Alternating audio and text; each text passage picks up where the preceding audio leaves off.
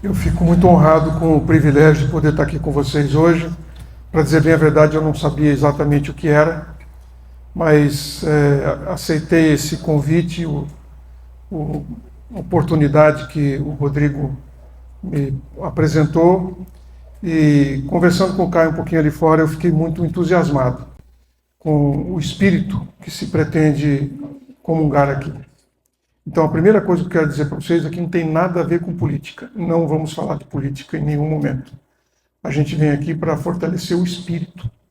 É que sustentabilidade e cristianismo tem muito a ver com a gente, principalmente com esse público que está aqui. Isso aqui vocês já conhecem? A Terra, olha o tamanho do Sol, né? Olha o tamanho da Terra. A Terra é um planeta diferente. Os telescópios espaciais estão aí sondando o universo, tentando encontrar um planeta que possa sustentar a vida. E até agora não acharam. Não encontraram. Mas eu queria mostrar para vocês uma coisa interessante. Todo o sistema solar, onde nós vivemos, a Terra, o Sol, tudo, é aquele pontinho lá. O sistema solar inteiro. Todas as estrelas que a gente vê no céu, quando tem uma noite bem estrelada, estão dentro daquela bolinha amarela ali. O que o olho humano é capaz de enxergar, de todas essas milhares de estrelas que a gente vê no céu, cabe dentro daquele círculozinho amarelo. E isso aqui é só a nossa galáxia. Só a galáxia onde nós vivemos. Existem milhões.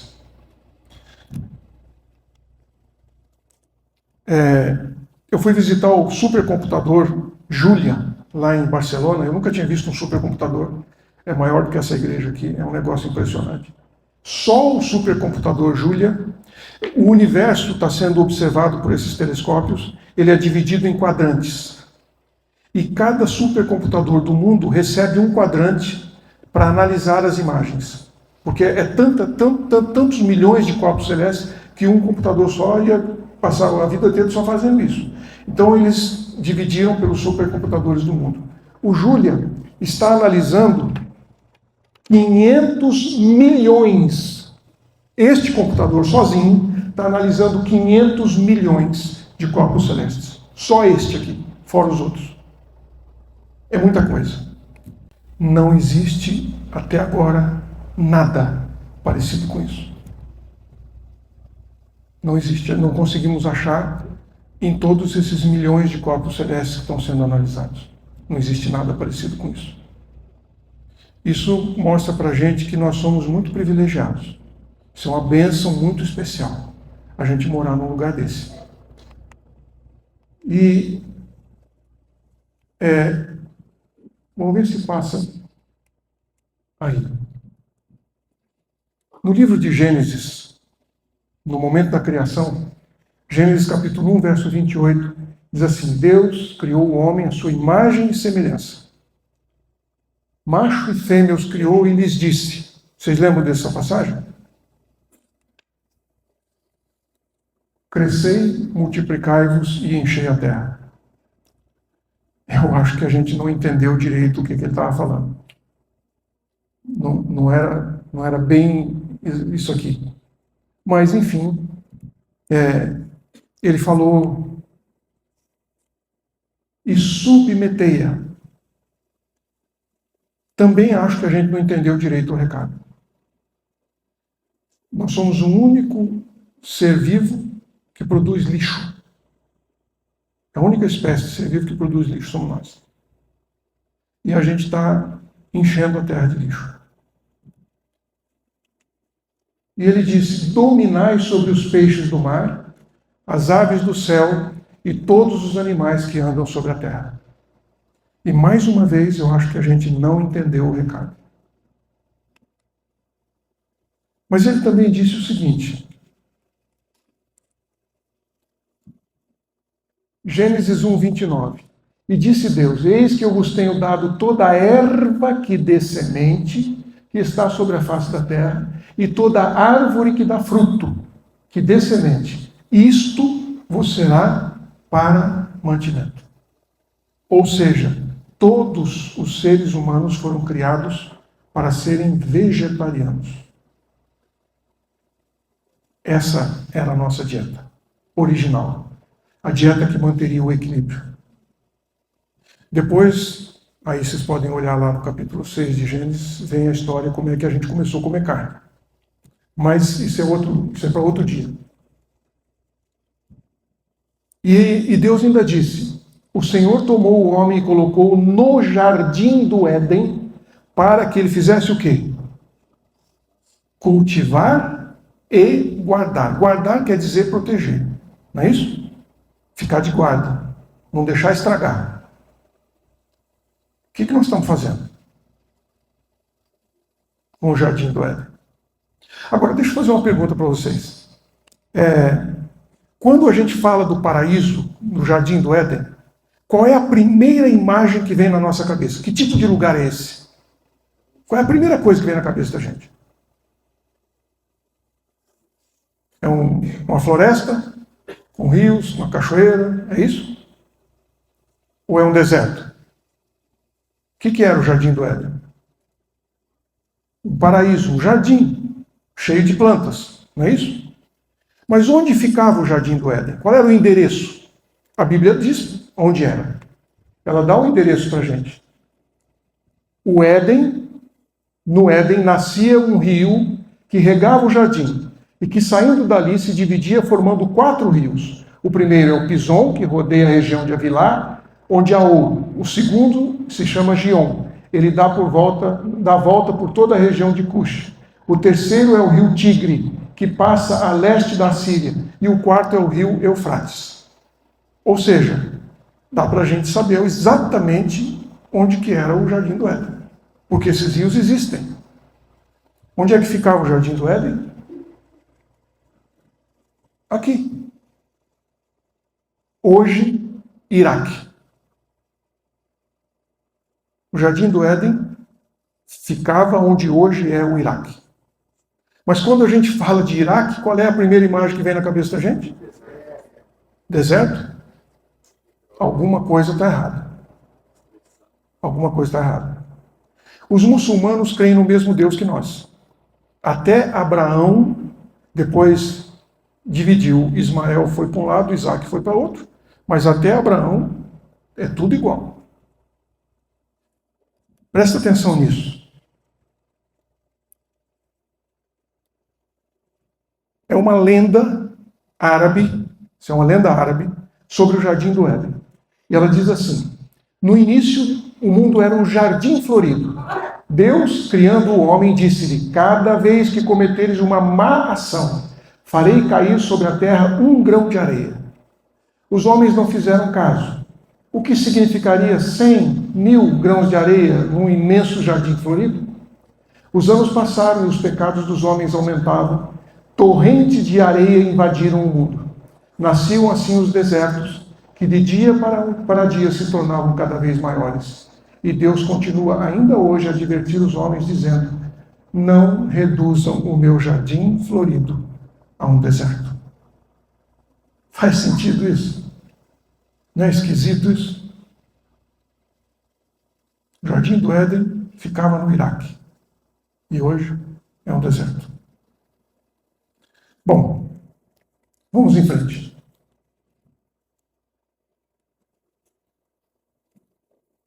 Na Bíblia, Deus mostrou o cuidado que ele tinha com o planeta.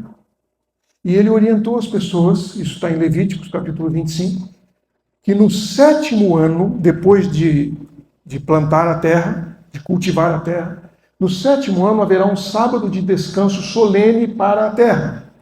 Um sábado ao Senhor. Não semearás o teu campo, nem podarás a tua vinha. O que nascer de si mesmo na tua seara não cegarás, e as uvas da tua vinha não podada não colherás.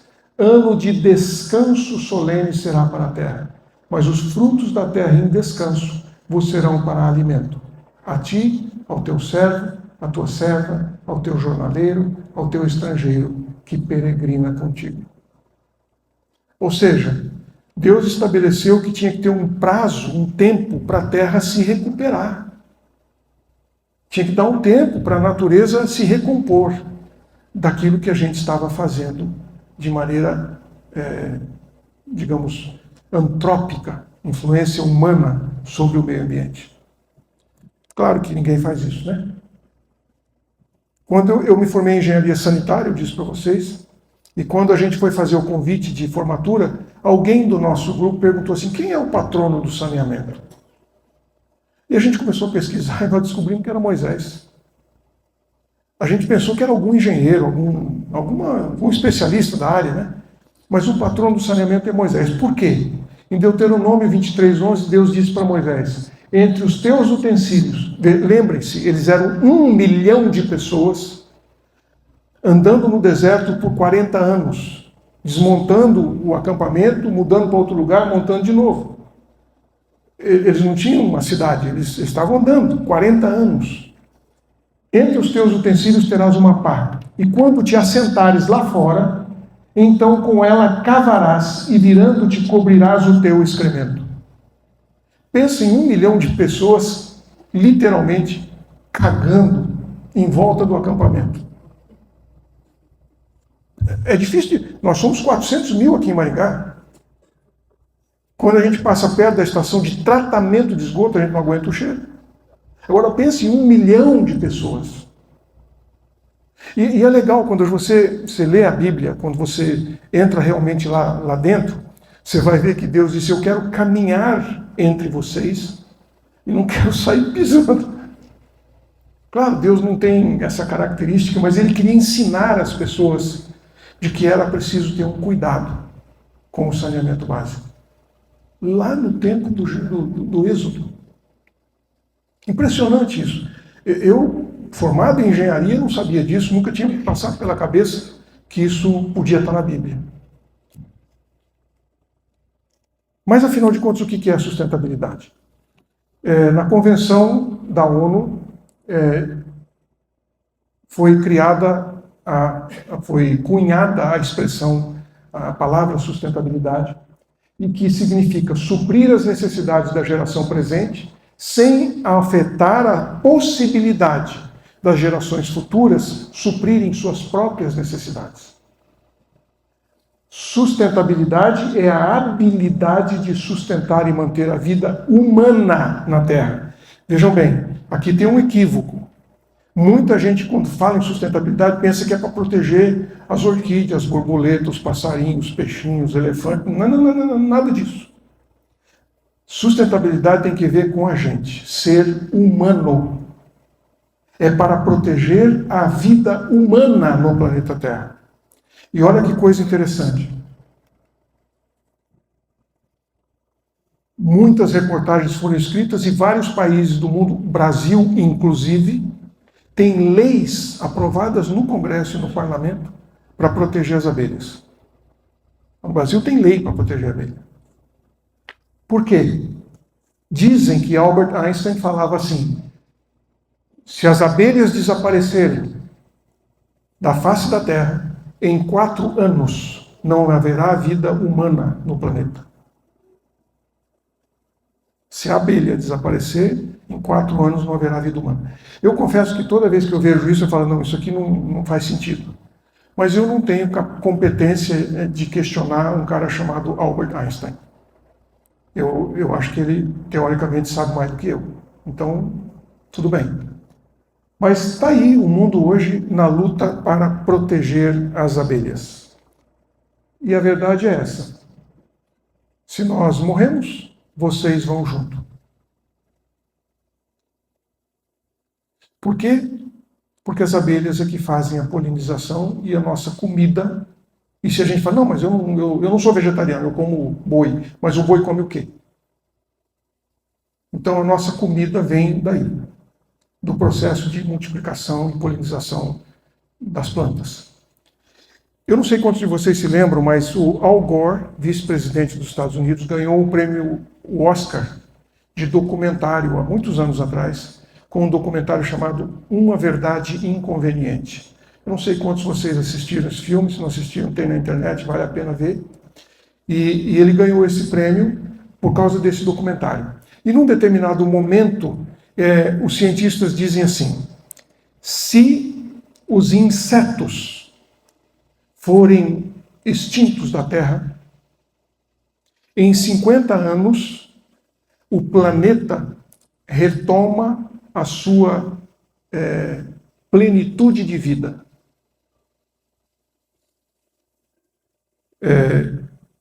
Aliás, não é isso, é o contrário. Se os humanos forem extintos da Terra, se o ser humano sair da Terra, em 50 anos, a Terra volta a ter a plenitude de vida. Ou seja, nós somos dispensáveis. Você e eu, que somos imagem e semelhança de Deus, somos dispensáveis. Mas os insetos não. Se os insetos desaparecerem, em 50 anos não haverá vida nem vegetal e nem animal na parte seca da Terra. Olha só, se os insetos, esses bichinhos que a gente pisa aqui, se eles sumirem da face da Terra, em 50 anos não tem mais vida vegetal e nem animal sobre o planeta. E aí eu quero mostrar uma coisa para vocês.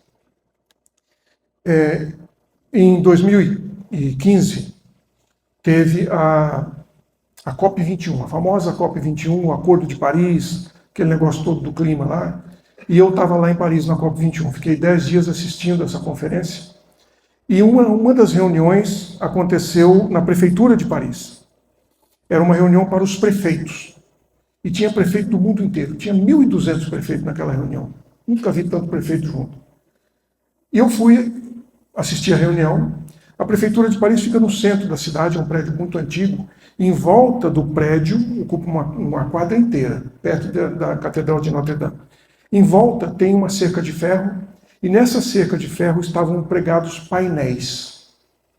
E como era a COP21, estava se discutindo o problema climático no mundo, tinham painéis mostrando problemas, digamos, ambientais. Um dos painéis era esse aqui. Dá para vocês verem direito o que é isso aí?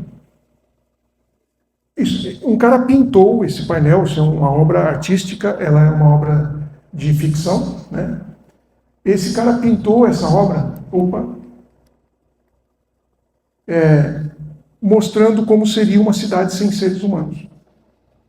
E a natureza retomando o seu espaço. Só que isso aqui é ficção. Eu fotografei o painel porque eu achei impactante. No entanto, isso aqui não é ficção. Isso aqui é realidade. Isso é uma aldeia, uma pequena cidade, um vilarejo na China, que foi totalmente abandonado pelos moradores. Ficava numa ilha, eles mudaram para o continente. 15 anos depois estava desse jeito. Sem seres humanos. Vocês acreditam agora no que o pessoal estava falando?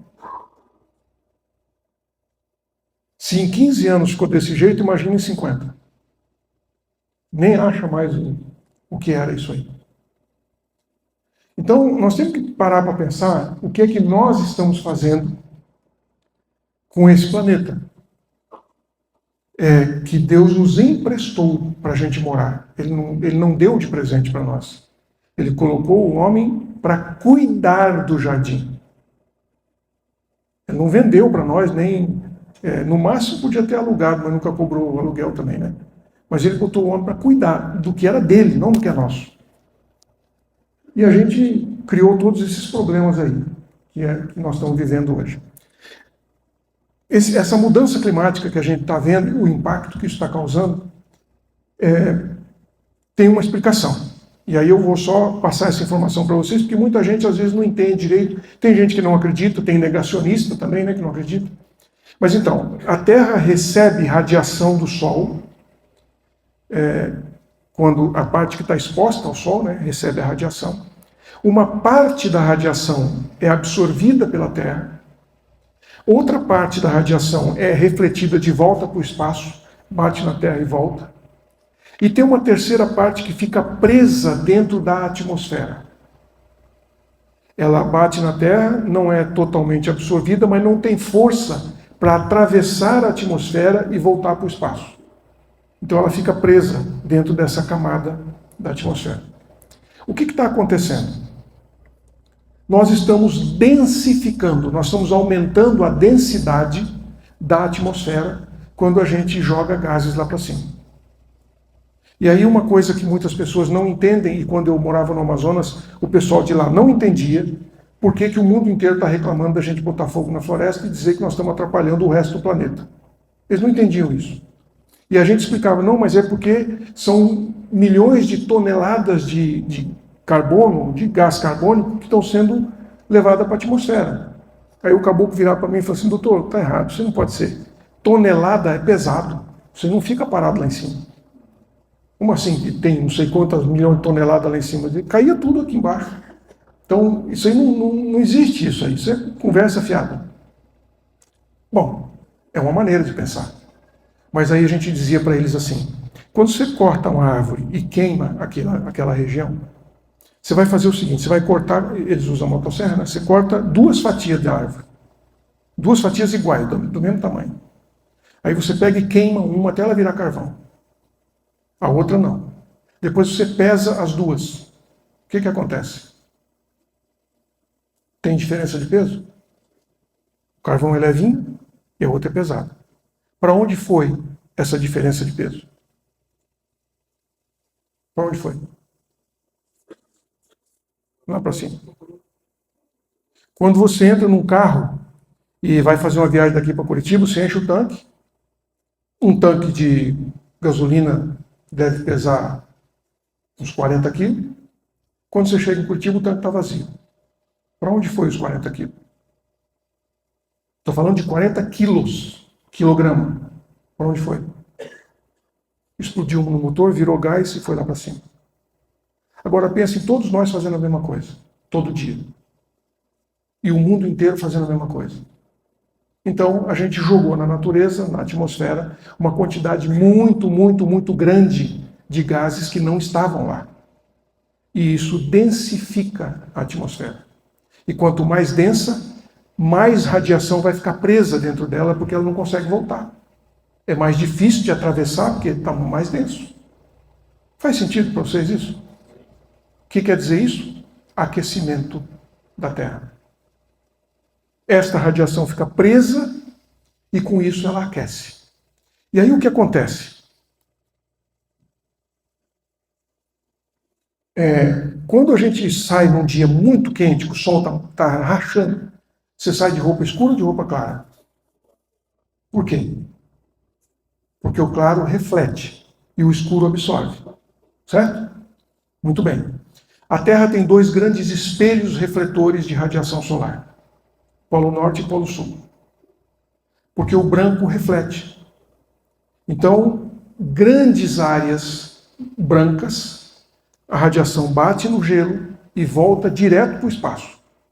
Não fica aqui. Acontece que, fazendo o aquecimento da Terra como um todo, as calotas polares começaram a derreter. E eu me lembro, quando eu estava lá em Paris, na COP21,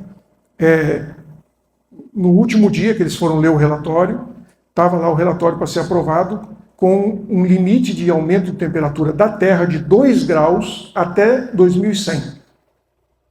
E aí, na hora que foi lido o relatório, um grupo de países levantaram a bandeirinha e pediram a palavra.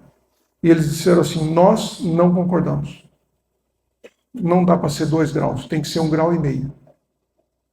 E aí foi a maior discussão, não chegaram num acordo, voltou todo mundo para reavaliar o relatório e fazer outro relatório.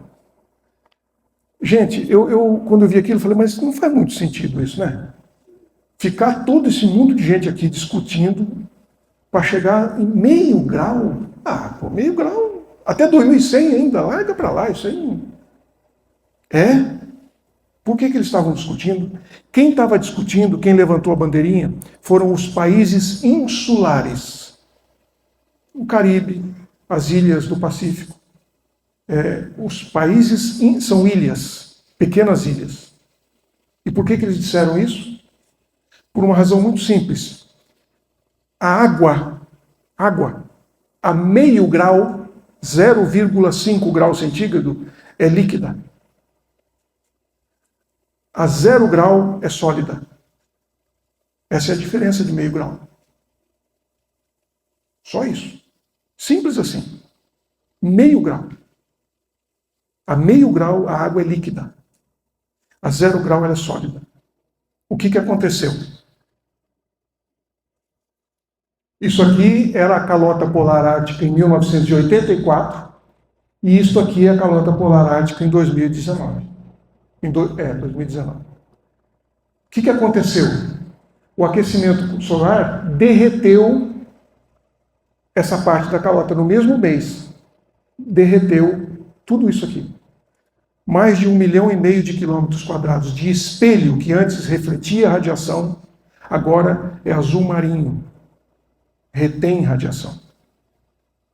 Então a radiação que estava voltando, agora está ficando. E aí entra num outro problema muito mais complexo. Eu não quero ser alarmista não, gente, mas eu acho que é importante a gente entender por que a sustentabilidade é tão relevante no mundo de hoje.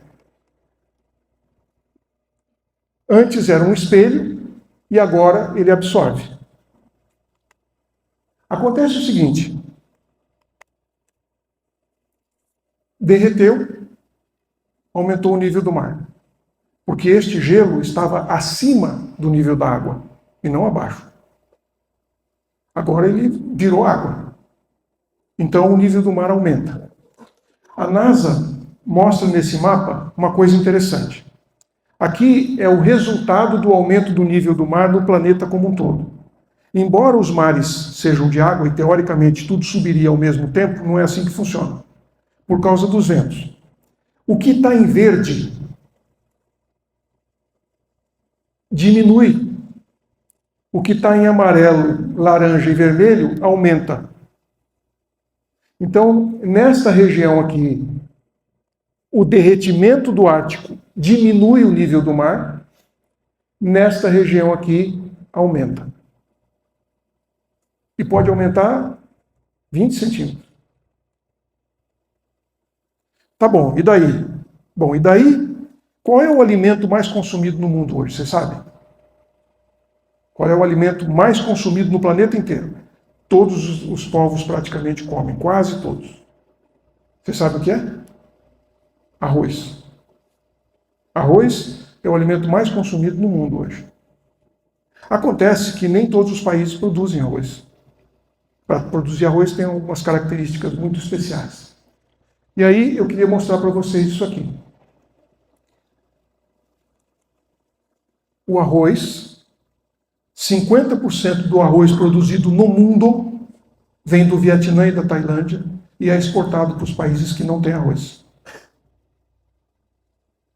Acontece que o arroz produzido na Tailândia e no Vietnã é produzido nos estuários, porque a região é montanhosa. O único lugar plano é onde o rio encontra o mar. E onde o rio encontra o mar, se subir 20 centímetros, não tem mais arroz. Entendeu? 20 centímetros. E acabou o arroz. Isto, gente, é muito mais importante do que a gente está pensando. As mudanças climáticas vão afetar a capacidade do planeta de sustentar a vida humana.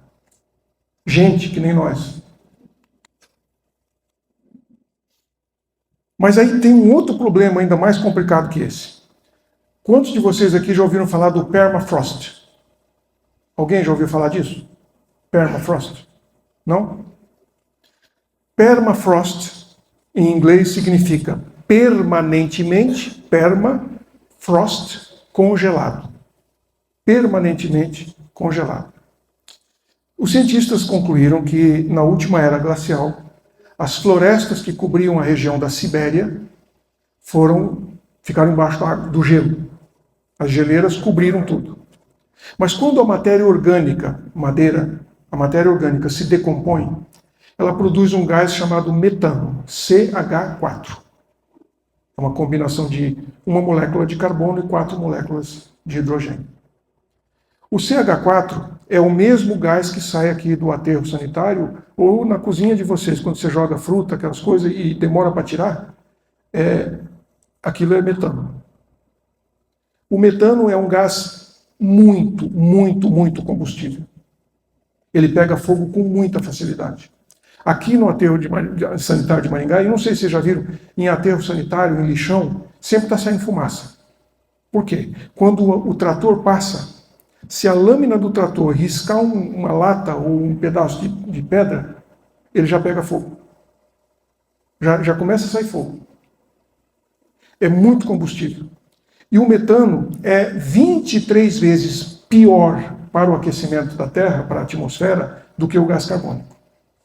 23 vezes pior. Bom, quando as florestas da Sibéria foram cobertas de gelo, a matéria orgânica lá embaixo se decompôs e virou metano. E ele ficou preso embaixo de uma camada que nós chamamos de permafrost.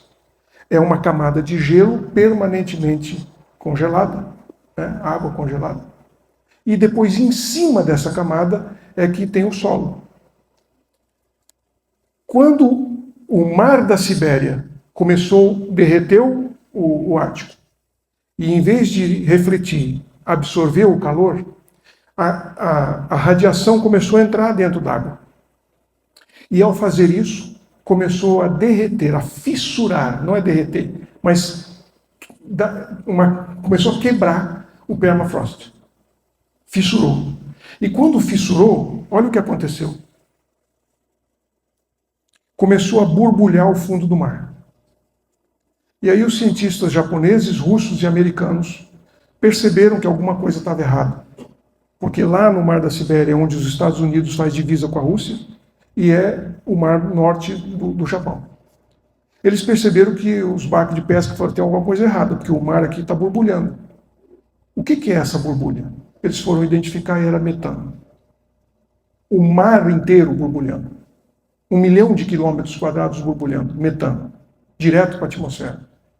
Que é muito pior do que o que nós geramos com CO2. Como é que você para isso? Eles começaram a estudar esse assunto. E aí descobriram que isso era um fenômeno decorrente do aquecimento. Isso começou por volta de 1995, esses estudos. Vocês já ouviram falar desse rapaz, o Leonardo DiCaprio? Ele produziu um documentário, ele é considerado embaixador da ONU para as mudanças climáticas, um defensor do combate às mudanças climáticas. O Leonardo DiCaprio fez um documentário onde ele é o diretor e ele é o narrador. Ele narra e ele foi o diretor do filme. E esse filme chama-se Ice on Fire, Fogo no Gelo, ou Gelo em Chamas. Esse vídeo é bem interessante, é um documentário, está na internet, quem quiser ver eu recomendo. Ele mostra o impacto da crise climática. E aí eu quero que vocês vejam isso aqui, eu não sei se vai aparecer no vídeo ali, mas vamos tentar. Clica para mim nessa imagem, nessa grande aí do lado, vamos ver se sai. Aí.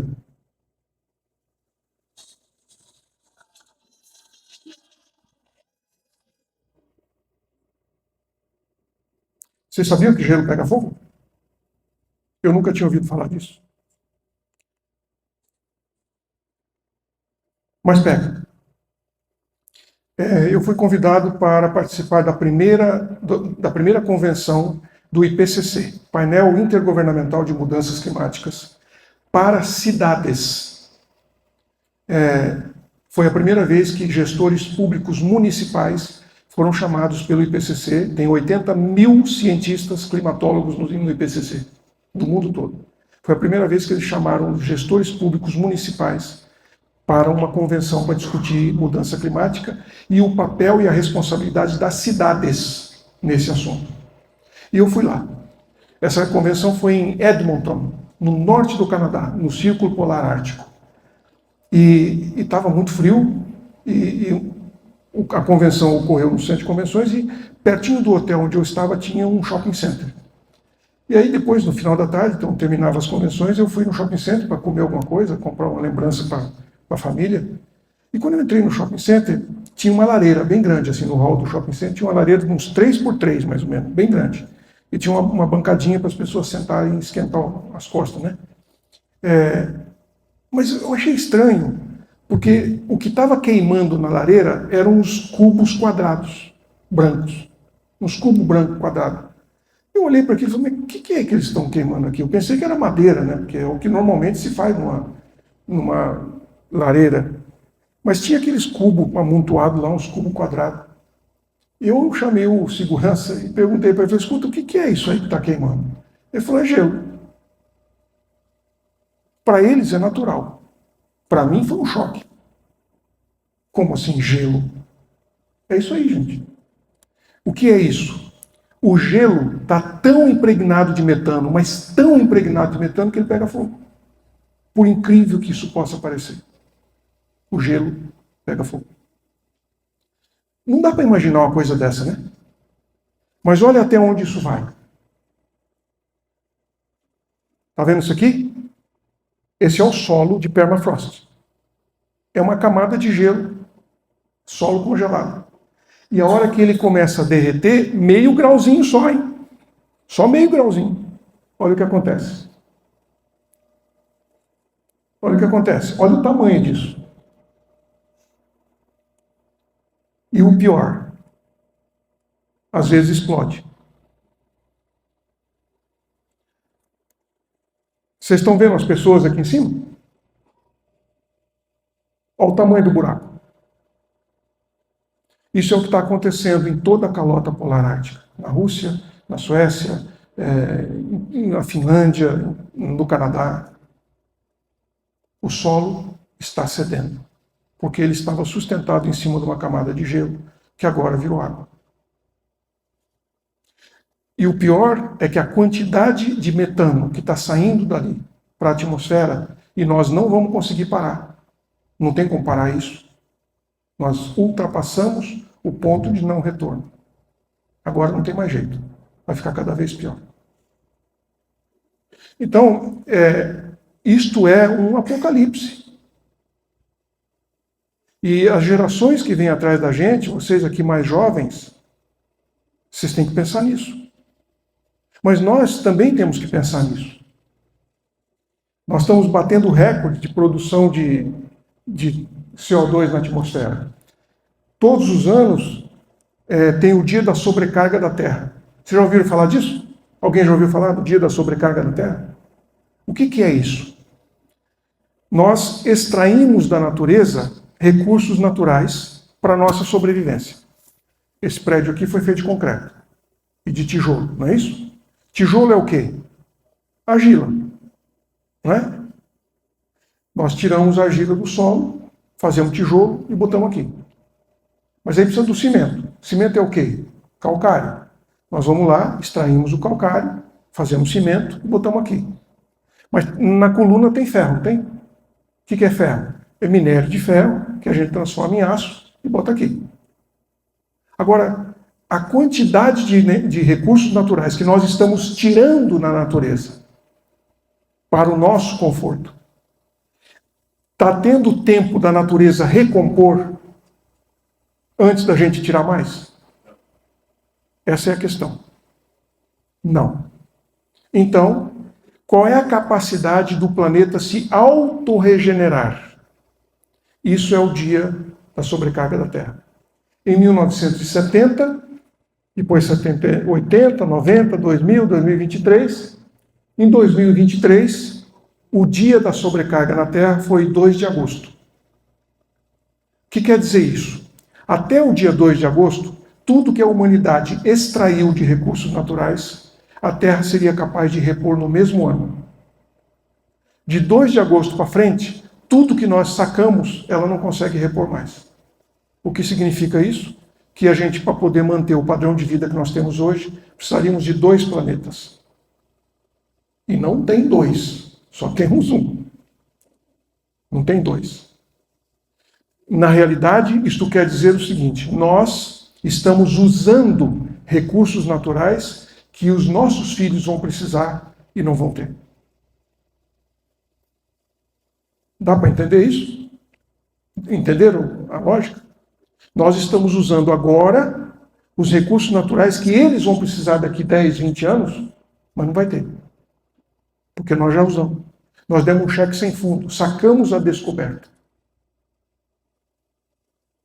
Isso começa a complicar a capacidade das próximas gerações suprirem suas próprias necessidades. Isso é exatamente o contrário de sustentabilidade. Aqui é só para lembrar vocês, todos os anos é produzido o relatório de riscos globais. Tudo que está em verde entre os principais riscos globais são questões de ordem ambiental. Entre os principais riscos que a humanidade enfrenta. Mas lembrando que aqui, quem faz isso é o Fórum Econômico Mundial, ele está tratando de economia. Os riscos da economia, dos negócios, dos business. 5 dos 10 maiores riscos do mundo para a economia global estão na área do meio ambiente. Nós estamos vivendo um período perigoso para a humanidade. Nós corremos o risco de extinção, se a gente não tomar nenhuma providência em relação a isso. Nós estamos assistindo aí chuvas que caem num período muito curto, o equivalente ao que cairia em 6 meses, ou às vezes 2 meses, ou às vezes vários dias. E é isso que está acontecendo com as nossas cidades. É isso que aconteceu com o Rio Grande do Sul. Choveu em 10 dias, o que deveria chover em 6 meses. Não tem como escoar essa água, não tem jeito de escoar. Então, aconteceu o que está acontecendo lá. E que afeta a economia. São milhares de empresas, pequenas empresas. Talvez você tenha uma gráfica, um posto de gasolina, um salão de beleza, um escritório de contabilidade, um supermercado, sei lá, uma loja de conveniência. Ficou tudo embaixo d'água. Tudo. Não deu para salvar coisa nenhuma. Então, tudo perdido. Nós precisamos começar a nos preparar, porque isso vai acontecer todos os anos e cada vez vai ser pior. O ano passado, eu levei uma missão de prefeitos, secretários. Eu faço isso todos os anos, eu levo missões para o exterior, para a gente ver o que há de mais importante, mais moderno do mundo. E a gente foi para Dubai. Nós fomos para lá em setembro. Em outubro, aliás, nós fomos em outubro, no começo de outubro. E logo depois que a gente voltou, nós passamos uma semana em Dubai, um calor infernal, né, de rachar, deserto. A gente andava quilômetros em deserto, areia. Nós voltamos para cá, uns 15 dias depois, saiu a notícia de que Dubai estava embaixo d'água. A hora que eu recebi no meu WhatsApp isso, eu falei, isso é piada, isso aqui é fake. Não pode ser. Dubai é deserto, cara, não pode ter ficado embaixo d'água. Aí eu liguei para o rapaz que atendeu a gente lá. E falei, Glauber, ele é de Curitiba, ele mora há 7 anos lá. Eu falei, Glauber, eu recebi aqui um negócio, cara, isso aqui é fake, né? Ele me mandou um videozinho de um prédio com água até a metade do primeiro andar e os carros boiando lá de fora. Ele falou assim, esse é o prédio onde eu moro. E eu não consegui tirar meu carro da garagem, que está lá no subsolo. Não é fake. Dubai enfrentou as 2 maiores tempestades da história em menos de 6 meses. Uma em outubro do ano passado e outra agora no começo do ano. Gente, não dá para brincar com essas coisas. Isso não é normal. Alguma coisa de diferente está acontecendo.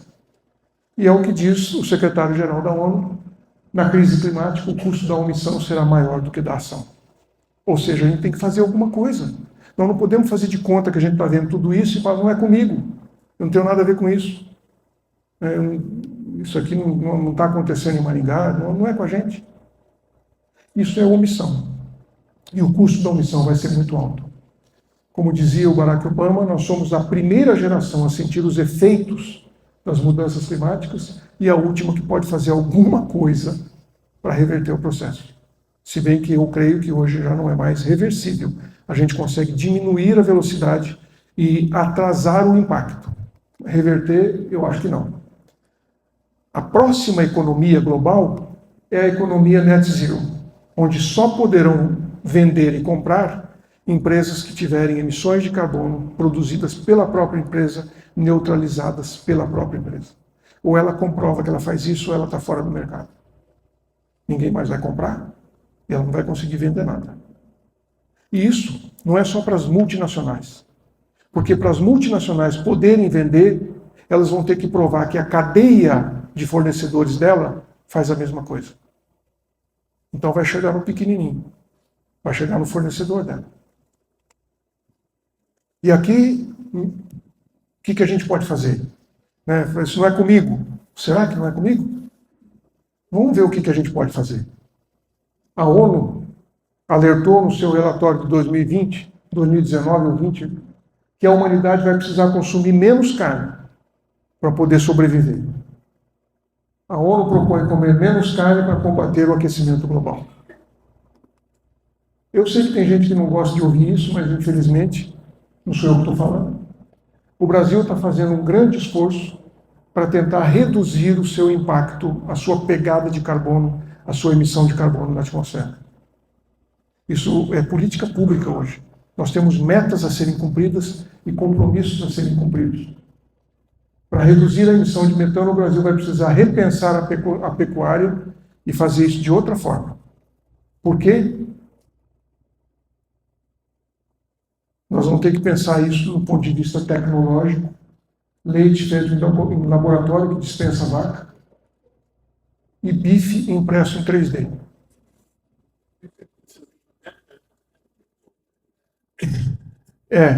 Primeira vez que eu ouvi falar disso, eu também dei risada. Falei, pô, isso é ridículo. Eu sou vegetariano há 41 anos, então eu não como bife. Mas eu achei engraçado. Falei, como é fazer um bife em 3D? Que história é essa? Bom, gente, a verdade é que isso aqui muda a economia de um país como o Brasil, que é o maior exportador de proteína animal do mundo. E é verdade. O bife impresso numa impressora 3D. Como é que funciona isso? Uma empresa chamada Lab Farms desenvolveu a tecnologia de produzir carne cultivada.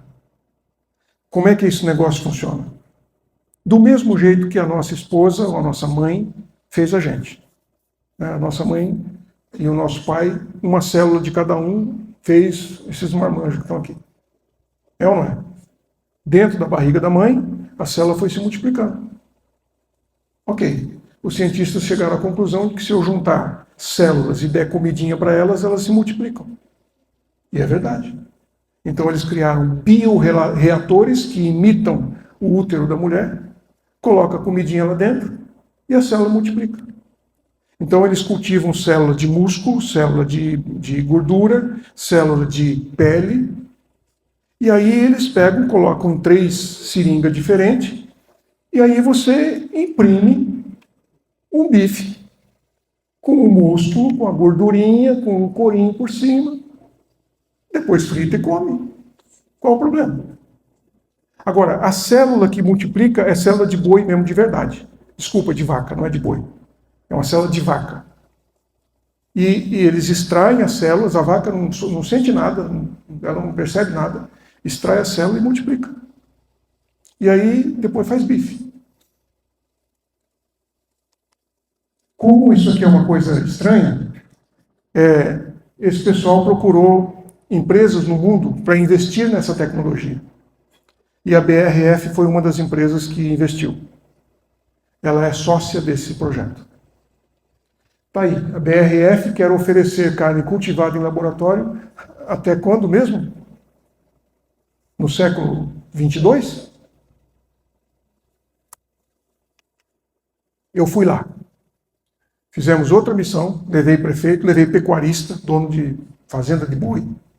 E nós fomos lá na empresa Lab Farms para entender o que é isso, que bicho é esse. E olha, gente, eles fabricam bife no 6º andar desse prédio envidraçado aqui. Ó. O matadouro deles é lá no 6º andar de um prédio envidraçado dentro de um centro tecnológico lá em Israel. Eu fui lá, eu fui o tradutor para os nossos prefeitos e eu ouvi toda a explicação. É verdade. Eles estão fazendo mesmo. Você comeu? Eu não comi porque eu sou vegetariano, ainda estou pensando se eu devo ou não devo comer esse negócio. Eu ainda estou matutando aqui comigo o que é que eu vou fazer. Mas Isto aqui preocupou a gente. Isto aqui foi o que nos assustou. Quando está assando alguma coisa, o cheiro?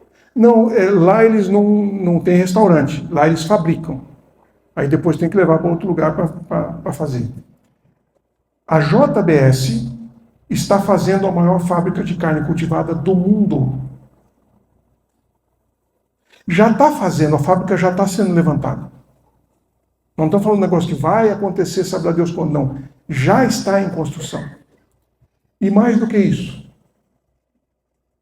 carne de laboratório. Por que a JBS faz uma aposta milionária na proteína cultivada? Por que vocês acham que a JBS está acreditando nessa doideira? Vocês já pararam para pensar nisso? Por quê? Vocês lembram da Kodak?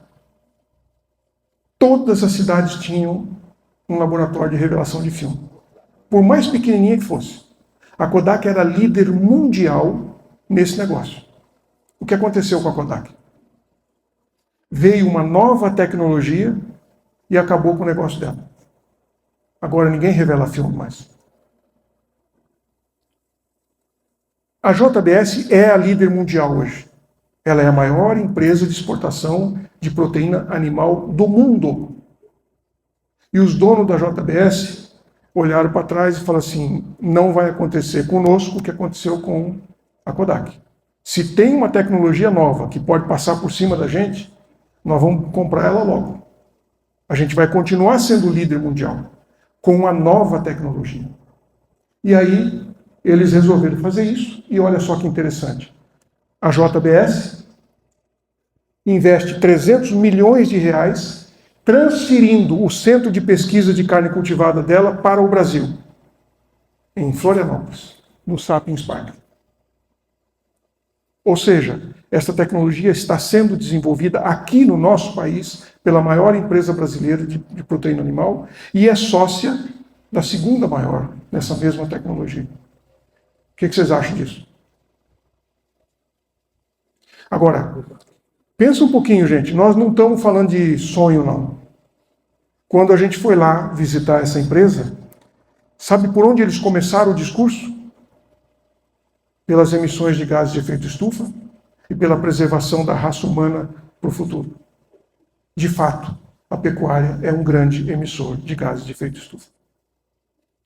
E eles vendem uma carne que não produz efeito estufa. A JBS, naquela fábrica que eles estão construindo, vai produzir 1.000 toneladas de bife sem matar uma vaca sequer. Sem pecuarista, sem caminhão boiadeiro, sem confinamento, sem abatedouro, sem transporte internacional de carne congelada, nada disso. Zera esses custos. E vão produzir o bife do mesmo jeito. Dá para perceber o impacto que isso traz na economia, na nossa vida, no nosso país? Eu faço questão que vocês não acreditem em mim. Falei, pô, o Silvio foi lá dar uma de anjo do apocalipse, dizer que o mundo vai acabar. Não, eu só estou compartilhando com vocês as preocupações que a gente tem e entendendo que nós temos responsabilidade com isso. Por que será que Deus disse que a gente devia ser vegetariano? Lá atrás. Por que será? Vem aí a economia circular, nós transformamos quase tudo que a gente produz em lixo, só que quando a gente fala em termos de planeta, não existe jogar fora. Como assim jogar fora? Nós estamos jogando aqui dentro mesmo. Então nós estamos enchendo o mundo de lixo. E agora eu quero entrar, eu sei que tem católicos aqui, tem pessoas de várias denominações. Olha o que está acontecendo no mundo religioso. O Papa lançou a epístola, a carta encíclica Laudato Si, em 2015, no ano da COP21. A época, a conferência mais importante do meio ambiente. Ele foi pessoalmente na Assembleia Geral da ONU, porque o Vaticano é um país, é uma nação, ele tem assento na Assembleia Geral, mas ele nunca vai lá. Mas em 2015 ele foi. Ele foi apresentar o movimento que a Igreja Católica estava fazendo no mundo inteiro a favor do meio ambiente. E depois, ele deixou claro o princípio que a igreja está defendendo. E continua fazendo isso. Ele fez a encíclica em 2015, em 2020 fez essa declaração. E aí, olha o que está acontecendo. O ato interreligioso pelo clima. Diversas religiões reunidas para discutir o que a igreja pode fazer em relação ao clima. A igreja adventista tem um Pense Verde, a igreja metodista tem o Cristão Sustentável, a igreja luterana tem a Federação Luterana, Sustentabilidade, eu, você e a igreja. E a Igreja Batista, Convenção Batista Brasileira, lançou o seu programa Ecoliber, o nosso Ministério de Sustentabilidade Socioambiental. As igrejas estão se mexendo. E elas estão se mexendo porque isto é um princípio. Nós não recebemos esse planeta de herança dos nossos pais, nós pegamos emprestado dos nossos filhos.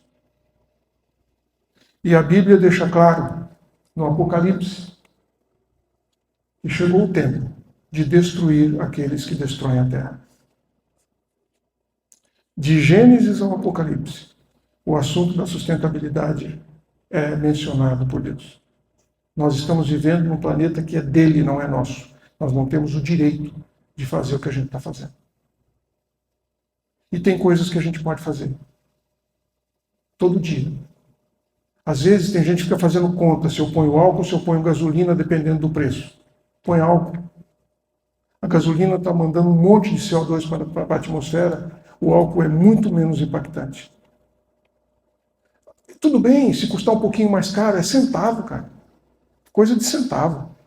Cada vez que você enche o tanque é 2, 3, 4 reais, 5 reais, que seja 10 reais. Quanto vale um planeta para o seu filho, para o seu neto? Será que a gente não consegue parar de comer carne uma vez por semana? Uma vez por semana só. Eu sou vegetariano há 41 anos. Eu não preciso de carne. Estou até gordinho demais.